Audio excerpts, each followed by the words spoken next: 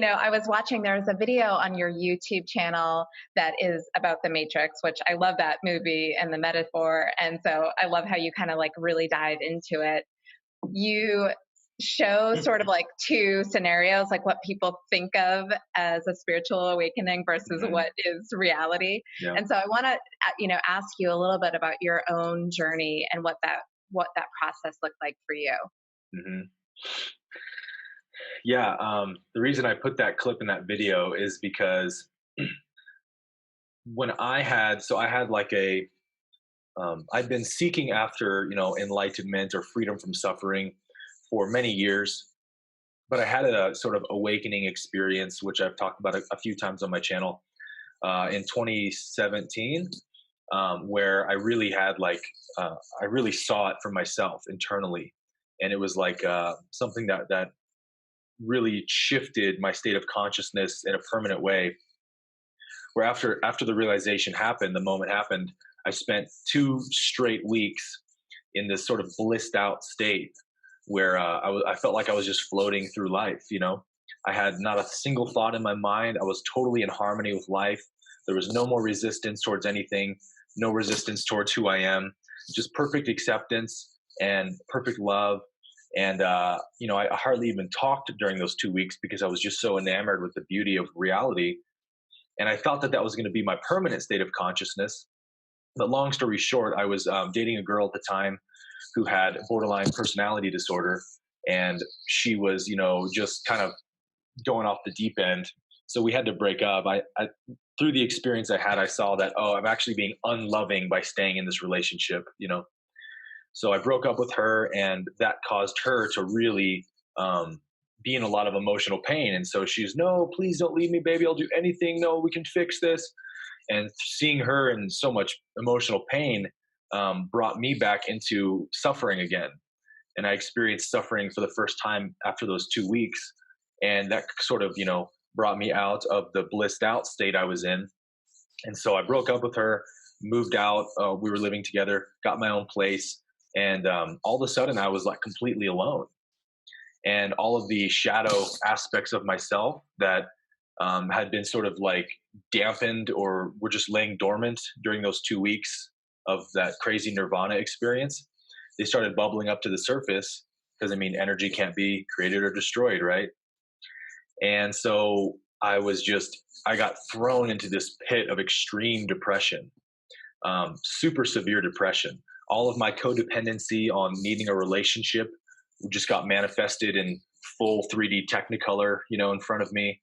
And I couldn't live with myself. I was so miserable. And I knew it was an illusion because I had experienced those 2 weeks of nirvana and seen, oh, all of my suffering is a total illusion. My mind creates it. But yet at the same time, there was all that energy manifesting of the shadow self being depressed and lonely and crying out for affirmation and all that stuff. And it took me about a solid year of doing really intense inner work, which is, people ask, how do you know all the things you know about on your channel?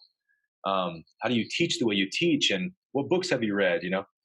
And I'm like, well, I've read some books, but so has everyone else. The knowledge has come from living it, from being in the pit of hell for a year straight and every day just doing all that I can to find relief from these belief systems that were in place in my mind that I'm incomplete, I'm lacking something, I'm not good enough, yada yada yada. And I came out of that time, and it's the catalyst for your entire growth, right? You can't know your true nature until you go through that dark night of the soul, because it serves as the contrast you need. But people think that spiritual awakening is this sort of just pure bliss. Everything happens like Eckhart Tolle or something in that one instant. You don't have to do any shadow work. You're good to go, right? And so that's why I wanted to portray that clip, which is like Neo waking up from the Matrix and pulling the tube out of his throat, and like this shocking realization that, wow, I have like anchor points of guilt and shame and self condemnation just all over me. And I've got a lot of work to do here, right? I mean, that's really what a spiritual awakening is. I love that. I love how you explain that. And I'm just curious for somebody right now that might be waking up to that a bit and kind of understanding the matrix. how would you explain sort of the ego and how to start to get to break free from that? Hmm. This is something I'm really interested in, obviously, because I suffered from it for so long. And so when you suffer really deeply from something, maybe not everyone, but most people, naturally you start to become very curious about the nature of your experience, right? And you start asking questions like, why? What is causing this suffering? Why do I believe these things that I know conceptually aren't true? Why is my mind doing this to me? And through asking those kinds of questions, deeply seeking to know the truth sort of just began revealing itself to me through my own experience. And I began to see that uh, the ego is a defense mechanism in the mind that evolution has put in place from our evolutionary past. And it's extremely intelligent.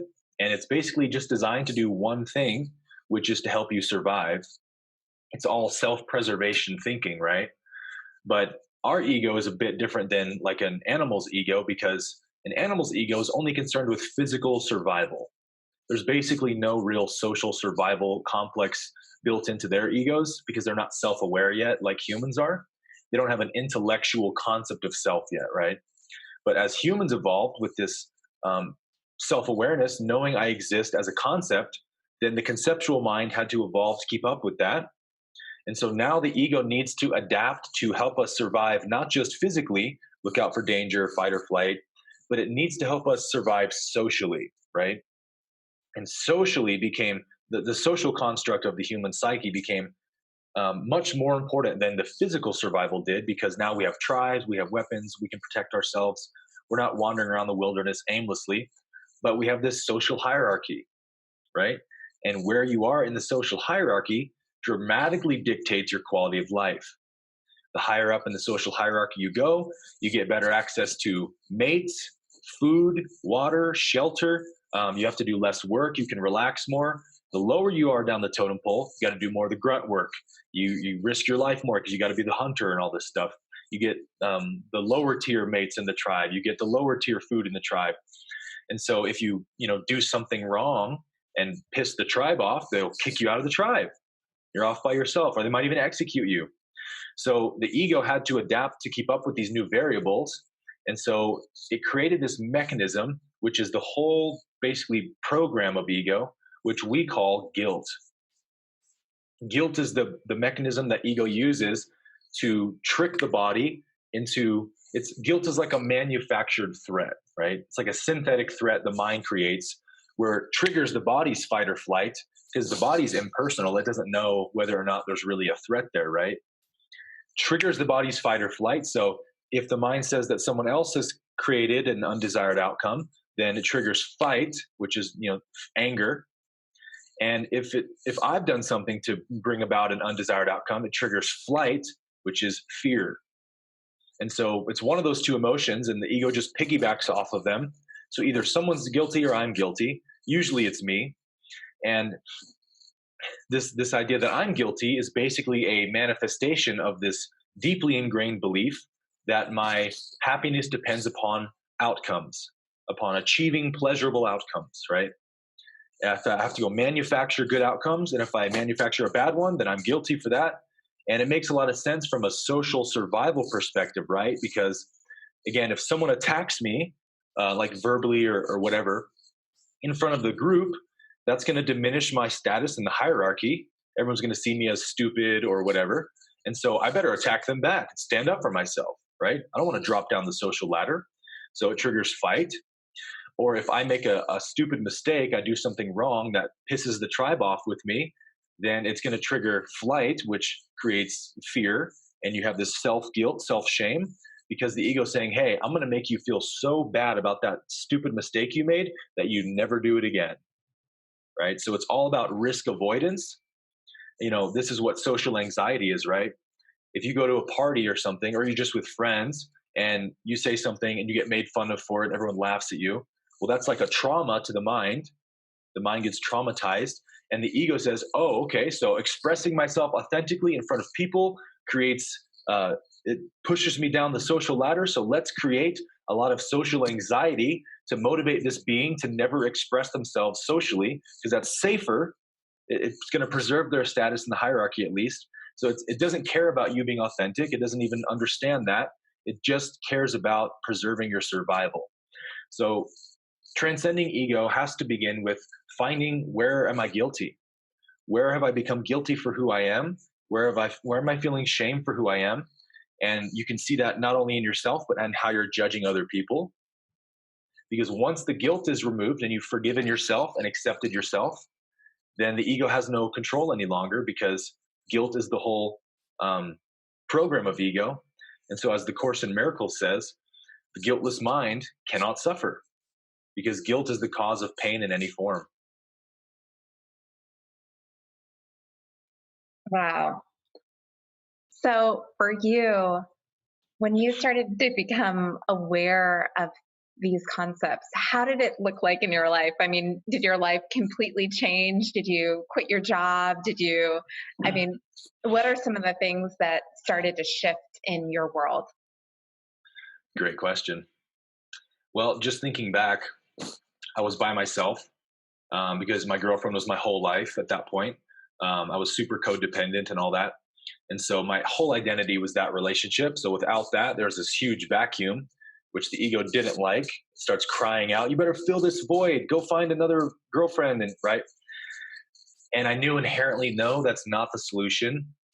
The problem is I feel guilty about who I am, that I'm not good enough to be happy alone. I don't love myself enough to be comfortable alone. And that's actually the problem, not that I'm single, right? So it took me into this huge depression. And then, all these other insecurities began to manifest, like you'll never succeed in life. You'll never accomplish anything good. My whole family, except for my parents and my sister, had ostracized me from my new beliefs and everything. So I had no relationship anymore with aunts, uncles, cousins, grandparents.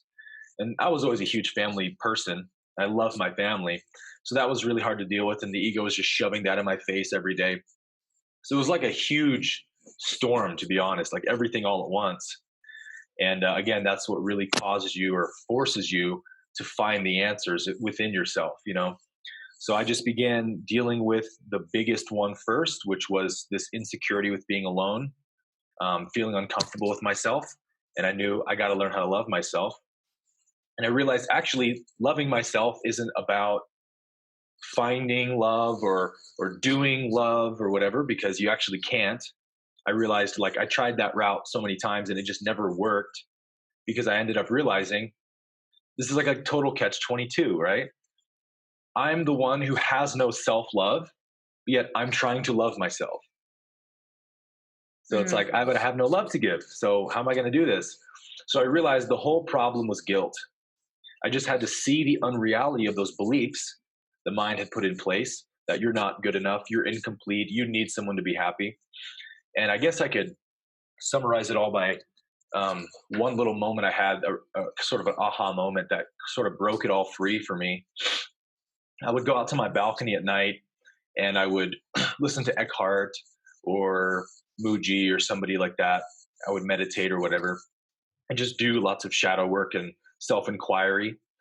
And I had this one night where I was so mad that it wasn't working. I was like, I fucking meditate. I forgive people. I try to love myself. I read all the right books. I have crystals in my room. Like I've done every fucking thing. And yet I hate myself. And so I just had this really sincere, like, outcry to the universe. And I said, why do I feel this way, even though I know it's not true? Conceptually, I know I'm not incomplete. I know I don't need someone to be happy, but Jesus Christ, it feels so real. What am I supposed to do? And I felt this huge, inner voice come booming back inside of me. And it said, Aaron, why do you believe you need another person to love yourself? And I said, I don't know. That's what I'm asking you, right? And I said, I don't know why I can't feel love for myself without a person here. And then the voice came back and said, Aaron, feel it now. And I had this flash in my mind. of a memory of my ex who I had broken up with that previous year, and the way she used to gaze at me with this awestruck, puppy dog eyes. And I would feel so good, like, oh, look how much she loves me and adores me, right? And I saw that, but I saw it from a different angle. I saw it that her eyeballs were like mirrors, and they were just reflecting. I was seeing my own value in her eyes because I couldn't see to myself. I was blinded from it. I needed another person to be my mirror to reflect it back, right? But I saw, oh, actually, all that love I ever felt from her wasn't her love coming into me, but I was seeing my value in her eyes, right? You can only give yourself love. No one else can give you love if you don't have it. So she was never giving me love. She was actually allowing me to see my own love. And it was like this huge aha moment. And I just felt like immersed in love for the first time. Just, I loved the shit out of myself. I'm so amazing. Like, what else could I ask for? I'm so grateful to be this person. I love every aspect of who I am. And so, because of that, I was alone on my balcony, just drenched in this liquid love. And I went, okay, awesome. I've seen it firsthand. I do not need another person to love myself. I've been looking the wrong direction. And it all just sort of made sense from that point on. And that was really the one big breakthrough that gave me some relief and allowed the other things to start cascading down in order. It's a beautiful story. I'm just curious, in your opinion, like from a spiritual perspective, why is it so difficult, you think, for people to love themselves? Do you think that it is part of the programming, or is that just a part of the process? Yeah, it is a part of the programming. It's due to the fact that we inherit this body with this mind. I like to call the ego the body mind because it's literally the mind that comes with this body, right? So you have your heart is beating, your lungs are breathing, blood is circulating, the body is doing everything for you. And likewise, it also comes pre installed with a mind that has thoughts for you, right? Based on our evolutionary past. So our genetics have encoded certain beliefs from past our ancestors, what they believed about themselves. It just gets passed down through the DNA. And this, the main belief of ego is that I'm incomplete. Something's missing. So I got to go find it in outcomes. Got to go make good things happen for myself. And that's why everyone's running around trying to find their happiness outside themselves. And so it seems like a bad thing, right? Like, why would the universe do this? But from a higher perspective, that the ego, that belief serves as the catalyst again for us to really seek for our true nature, because the source wants to know itself. That's what we're all doing here. And I think the Buddha said, when the suffering ends, the seeking ends, which is why enlightenment is the end of suffering. So without that suffering, if everything's peachy keen, we don't seek to find what our true nature is, right? So it serves a purpose. Yeah, that's such a great way of explaining it. Thank you for that. So I know that you gave up modeling at that time. I just want to hear a little bit about that. Like, what did it just not resonate anymore? No one's ever asked me about that. That's awesome. Yeah, I was working with an agency in SF for a couple of years, and I didn't do a whole lot of modeling shoots. It was more the fact that I was competing in bodybuilding at the time. It's so funny to look back on because I was competing for about a year in bodybuilding. I won my first show, won my second show, qualified for nationals, and then went to nationals the following year. And by the time I got to nationals, like, I could care less. I hated bodybuilding. I hated everything about it. Being backstage and seeing all these people just like so absorbed in their physical appearance. It felt very opposite of what I was looking for at that time. And it just didn't resonate. But I was doing it because I thought I should do it, because I was, gifted at it. I had like a good physique for it and stuff. And my coach was like, man, we can make you a pro. Like, you've got the perfect physique for this. Just a couple more shows and I guarantee. And so I was doing what I think I should do versus what I feel like doing. So it wasn't authentic. And that's something else I teach about on my channel a lot is when you're doing what you think you should do, you're living inauthentically, right? But when you follow your inner resonance, what do I feel on the inside? That's authenticity. And sometimes it's hard to acknowledge that. It's hard to admit that. Even like if you're in a relationship and you're staying in it because you think you should, but you're not really, your heart's not in this with this person. mean, that's disingenuous, and it's causing that person suffering and you suffering. So the authentic thing to do is to communicate that truth to them, and let them go on their way and you go on your way. But that's really hard to do, right? And It so, is. bodybuilding was a much easier version of that, of course. But I gave up bodybuilding because I just got to that point where it was creating so much internal conflict. I was like, this isn't who I am. Like, I don't care how I look, right? So I stopped posting shirtless pictures. I quit my modeling agency. I stopped bodybuilding. And then I just devoted all my time and energy into seeking the things I was looking for. Do you still have a really strong like physical practice? Is that a big part of, you know, your overall well-being? What are some of the like tools that you kind of turn to for your own well-being? Yeah, definitely. I work out probably like 6 days a week. I just love working out. I love training. I competed in CrossFit for about 5 years previous to bodybuilding, and I was an absolute gym rat. That's how I got the physique to do modeling, really. So I've just ingrained that loving being in the gym, loving training. So I just do it for fun now. I do Olympic weightlifting about 5 days a week just because I love it. And then I do yoga about 2 to 3 days a week, also because I love it. And I've stopped doing the things that I used to do, that like the bodybuilding stuff, like tons of bicep curls and stuff like that. I didn't enjoy it, but I was doing it because I wanted to maintain a certain physique. And so not being identified with my appearance anymore has been great, because now I can just do the stuff I love doing. And I look forward to going to the gym every day, rather than like, oh, I need to get in the gym and do my biceps for this week. It just wasn't authentic for me anymore. Yeah, absolutely. Um, I know probably a lot of your videos come from, different clients that you work with, their questions and reaching out to you. What are some of the, common struggles that you find in your work with clients? Great question. Definitely self love. Almost all my clients that I work with, sometimes I'll get a client that's like, they want help in like terms of law of attraction or something. Like, hey, I'm about to start this business. I'm feeling all these doubts. Like, help me get through this wall.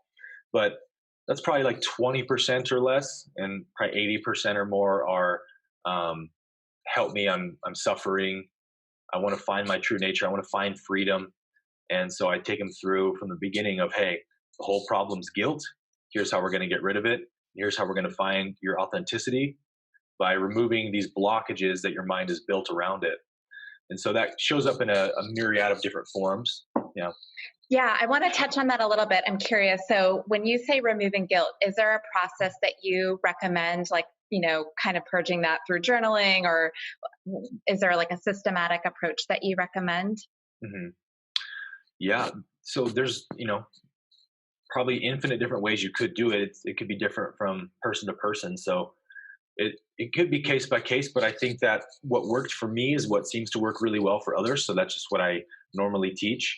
The first thing I'll do is I'll have my clients spend, if we're doing a weekly meeting, I'll say, okay, this week, all I want you to do is, the instant you feel yourself suffering at any moment, do a full stop and dive inside yourself and go, okay, where is the guilt? Where is it? Find it, because it's there. You'll always find guilt at the root of your suffering. I'm guilty for something, or I'm making them guilty for something. And even them being made guilty is just a reflection of my guilt, right? And so they'll do that for a week, and they'll come back with all these epiphanies and aha moments of like, whoa, I realized that I'm guilty for literally everything. I'm like, I know, right? It's crazy. And so once the awareness is there around the guilt, first of all, that starts the healing process in and of itself, because your true nature knows what it is. It loves itself completely already. It's perfect. And so when it recognizes, oh, I've been trapped in this illusion of guilt, I've been being absorbed by this thought program, I don't want to be. And so there's that desire there of, I don't want to be involved with this. And that disconnects you from that program a bit. And you sort of drift away from that point, and it just fades into the distance where, the analogy I love to use is like, it's like watching a movie. Once you've seen a movie once, you can't ever really watch it the same way again, right? You already know everything that's going to happen. The climax of the movie doesn't grip you emotionally as much. The jump out scary parts don't scare you as much. And if you keep watching the movie, 10 times, 20 times, eventually you're quoting the whole thing word for word. You're like, and the jump out, 3, 2, 1, whoop, there it is. And you're getting increasingly like nauseated by it, right? After 100 times, you're like, someone shoot me in the face, please. I don't want to watch this movie again. And Right. that's exactly what your relationship becomes like with your ego. It's so predictable. You understand its function, you understand the mechanics of it. And understanding for me is like the light of awareness. Like, I need to know why the ego's doing it, how it's doing it, when it does it, why it does it. And once I know that, it really drains its power because it's no longer this mysterious entity that I'm personalizing and, oh, I'm thinking these thoughts. You go, oh, there's the program. You just start recognizing it for what it is. And your true self sort of starts winning itself back step by step. And this happens really fast for some people, and it takes a lot longer for others, depending on the level of trauma. But, we go into inner child work and everything. And where did you make yourself guilty in that moment as a child? Something is wrong with me because I'm feeling this. And then we go back to that memory and say, okay, see that inner child being abused or crying in her room because of the abuse, and wrap your arms around her and tell her there is nothing wrong with what you felt. You should have felt what you felt. There's nothing wrong with you at all. And I will be here with you, loving you through this darkness. And you give that inner child the love and the acceptance and understanding that it didn't get at 5 years old or whatever, because that child is still trapped in your mind, right? It's in a prison cell because your subconscious mind doesn't operate in time. It just knows energy. So that snapshot of that moment is still in your subconscious mind. And until it gets healed, it will always be crying out for attention. And that healing is always a process of forgiving myself for the guilt that my mind had cast upon me for reacting the way I did to life. You aren't in control with how you react to life. You're being run by a mind made program that is literally running you and pretending to be you. And until you have self awareness, sorry, you don't get the choice of how you respond. You react according to what the program tells you to do. And once you see that, you say, oh, well, so the who's really guilty then? Would I have consciously chosen to feel self shame? Of course not. If it was up to me, I'd feel happy all the time. So something else has done it. So you see, everyone, I'm completely innocent. I never did those things. The mind did them. And I just sort of was believing the wrong voice. And those epiphanies for people seem to just break free those programs of guilt and shame that kept them locked in those prison cells for so long. Hmm. I have so many questions. But first, do you work with more male or female clients, or kind of a mixture of both? It's a pretty even mix, maybe 60% female, 40% male. Women just tend to be more open to doing like shadow work and emotional healing and stuff than men do. So I think that's probably why, but it's pretty even mix. It is. It's beautiful to have you as a guide, as a man doing this work in the world. It's really beautiful.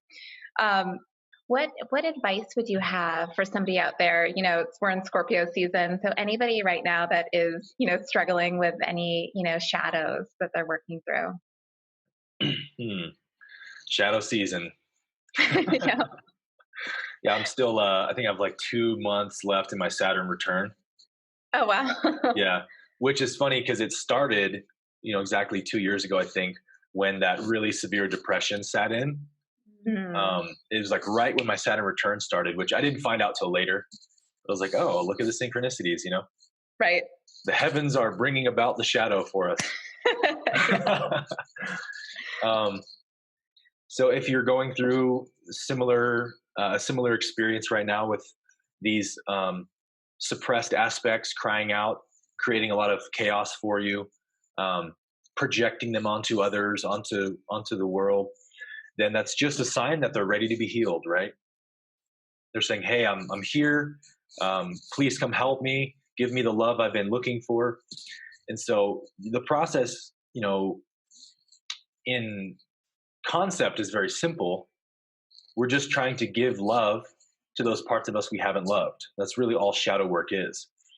But putting it into practice is much more difficult because it means you have to be willing to face those things you're running from, those mistakes you made that you judged yourself for, those tragedies that happened or abuse that might have happened, everything is here to be loved. And so until it is loved, it can't be healed. And as the Course in Miracles says, only love is true, and anything else is a cry for help and a cry for healing. So anyone in your life that's behaving unlovingly, the Course would say is actually, it's a subconscious cry for help from their point of view. They don't know who they are. They don't know how to find peace from this internal angst and self-loathing they feel. So they're just offloading their pain and their guilt onto everyone else. And so if you can see it in them, that's a huge mirror for yourself. Because when you're seeing that happening in someone else with judgment, then you can go, bingo, that's an unhealed part of me, right? If I see someone else being angry and being a jerk to others or me or whatever, but I see them with compassion and I go, oh gosh, they're just so lost, the poor thing, then that's an indication I've healed that. So using other people as your mirrors to what's unhealed within you, for me, has been the most powerful way to really see inside of myself. Because sometimes it's hard to see it in yourself when it's just you without any contrast. Life will bring it up for you, and you just have to kind of wait for it to happen. But when it happens, when you feel that pain come up, when you feel that judgment, you got to know, okay, this is the time to do the work. I can't do the work when it's not being brought up, but it's only when it appears that it's ready for healing to happen. And that's when you dive in and start giving those parts of you love and acceptance. Aaron, this has been such an amazing conversation. You're such a light in this world, and I'm so excited to, see all the things that you're bringing into fruition. Thank you so much. Thank you, Emily. It's been a pleasure.